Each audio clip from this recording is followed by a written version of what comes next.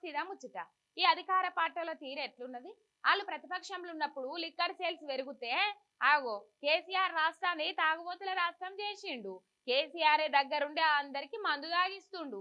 కేసీఆర్ వల్లనే అందరు తాగుడు నేర్చిండ్రని అడ్డగోలుగా మాట్లాడిండ్రు. మరి ఇప్పుడు అంతకంటే డబుల్ తాగుతున్నారు. కానీ ఎండలు ఎక్కువై మందు బీళ్లు తాగుతున్నారు అంటున్నారు. ఇంతకంటే సిగ్గు తప్పిన తనం ఇంకేమన్నా ఉంటదా? మనం చేస్తే సంసారం, మంది చేస్తే అదేదో పని అన్నట్టు ఏమన్నా చెప్తున్నారా ఈ అధికార పార్టీలు? ఈ 18 రోజుల్లో ఏం తక్కువ 700 కోట్ల బీర్లు తాగిండ్రట తెలంగాణలో. దాన్ని మా గొప్పగా రాసుకున్న ఈ సర్కార్ అనుకూల బాకా పేపర్లు, ఛానళ్లు. కానీ అవే పేపర్లు, యూట్యూబ్ గొట్టాలు ఎండతాపం ఎక్కువై మస్తు బీర్లు తాగుతాండ్రు. అదేదో గొప్ప పని అన్నట్టుగా రాసిండ్రు. ఆకిన వాళ్లే కేసీఆర్ సర్కార్ ఉన్నప్పుడు కేసీఆర్ తాగుబోతులను చేసిండు. అందరికి దగ్గరుండి మంద అలవాటు చేసిండు. లిక్కర్ మీద గంత ఆమ్దానేందండి ఒవ్వా అని ఎక్కరిచ్చిండ్రు.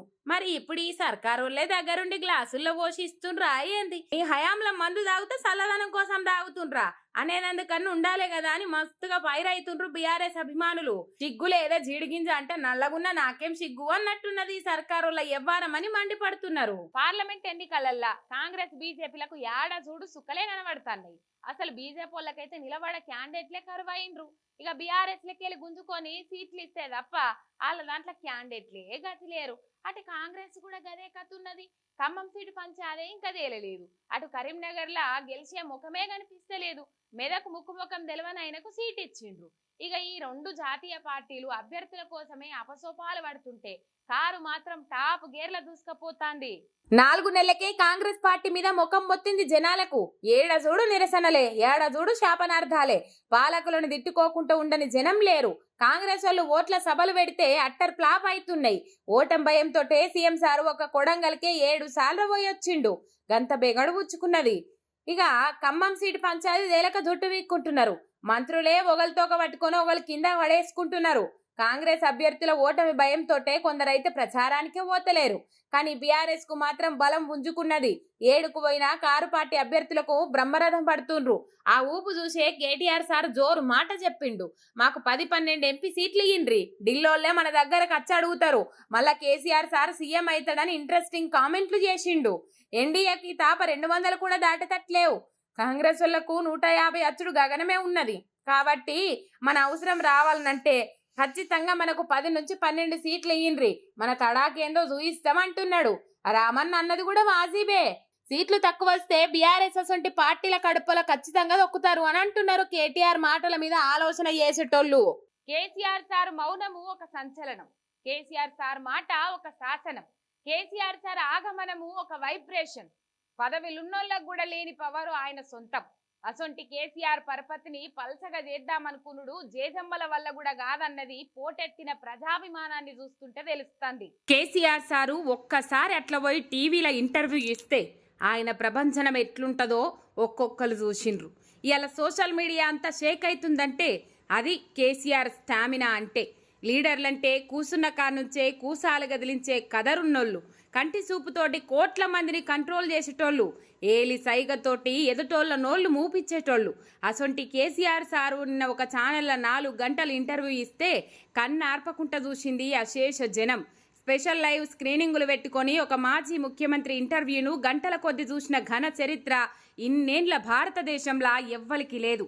అదొక కేసీఆర్కే సాధ్యం. ఆయన కోపం ప్రళయం, ఆయన కరుణ మహాసముద్రం.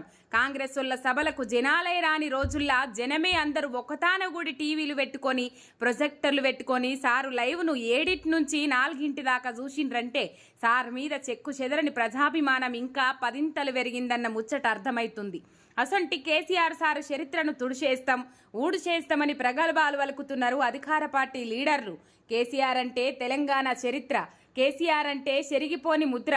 ఎంతమంది ఎన్ని కుట్రలు చేసినా దాన్ని దుడుపేసుడు అంటే 1000 జన్మలెత్తాలే. నువ్వు కొట్టినట్టు చేయి, నేను తిట్టినట్టు చేస్తా అన్నట్టు ఆస్కార్ పర్ఫార్మెన్స్లు ఇరగదీస్తున్నట్టుండ్రు కాంగ్రెస్ బీజేపీ వాళ్ళు. నేటుగా తిట్టుకుంటా సాటుగా దోస్తానా నడిపిస్తున్న తీరు చూస్తుంటే ఎవ్వరికైనా ముక్కు మీద వేసుకోవాల్సిందే. రాహుల్ గాంధీని ప్రధానిని చేద్దామని రేవంత్ సార్ అంటాడు. ఇక వాళ్ళ కథ చూస్తుంటే రాహుల్ గాంధీ ప్రధానవుడు ఫస్ట్ వీళ్ళకే ఇష్టం లేనట్టున్నది. దేశంలో ఎక్కడైనా కాంగ్రెస్ బీజేపీ అంటే పడని పార్టీలు, కానీ తెలంగాణలో మాత్రం దోస్తు మేరా దోస్త్ అన్నట్టే ఉన్నదట వాళ్ళ నడుమ దోస్తానా అని అంటున్నారు చాలా మంది. నా ఈపు నువ్వు గోకు, నీ ఈపు నేను గోకుతా అన్నట్టు ఒకరినొకరు గెలిపించుకునేందుకు పడుతున్న పాటలు చూస్తుంటే లాలూచి రాజకీయాలు ఎట్లా చేస్తుండ్రో తెలిసిపోతుంది. సికింద్రాబాద్ ఎంపీ సీటు దానం నాగేందర్కి ఇచ్చిండ్రు. ఓట్లకు 20 రోజులు కూడా లేవు, కానీ ఇదివరకు ప్రచారంలో ఏడ కనబడతలేడు దానం నాగేందర్. ప్రచారం బండి ఎక్కింది లేదు, ఓట్లేయమని అడిగింది లేదు. అసలు సికింద్రాబాద్లా కాంగ్రెస్ అభ్యర్థి ఉన్నడా లేడా ఓటర్లకే డౌట్ వస్తుందట. అవి గంత సైలెంట్ అయిపోయిండ్రు. అయితే సికింద్రాబాద్ బీజేపీ ఎంపీగా నిలబడ్డ కేంద్ర మంత్రి కిషన్ రెడ్డి సార్కు మేలు చేసేందుకే దానం నాగేందర్ సైడ్ అయిపోయిండు. 2 పార్టీల నడుమ లాలూచితోటే కాంగ్రెస్ పోటీలకెళ్ళి పక్కకు తప్పుకుందన్న మాటలు వినబడుతున్నాయి. లేకుంటే సెక్యులర్ పార్టీ అని చెప్పుకునే కాంగ్రెస్ సెక్యులర్ ఓట్లు ఎక్కువ ఉన్న సికింద్రాబాద్ నియోజకవర్గంలో ఎందుకు పోటీకంత ఇంట్రెస్ట్ చూపుతలేదు, ఎవరికి మేలు చేసేందుకన్నది బొడ్డూసిపోని పోరానికి సుతమార్థమైతుంది. ఓట్లు చీలిపోకుండా కిషన్ రెడ్డికి మేలు చేసేందుకే కాంగ్రెస్ వాళ్ళు దండలాడుతున్నట్టున్నదని అంటున్నారు అంతా.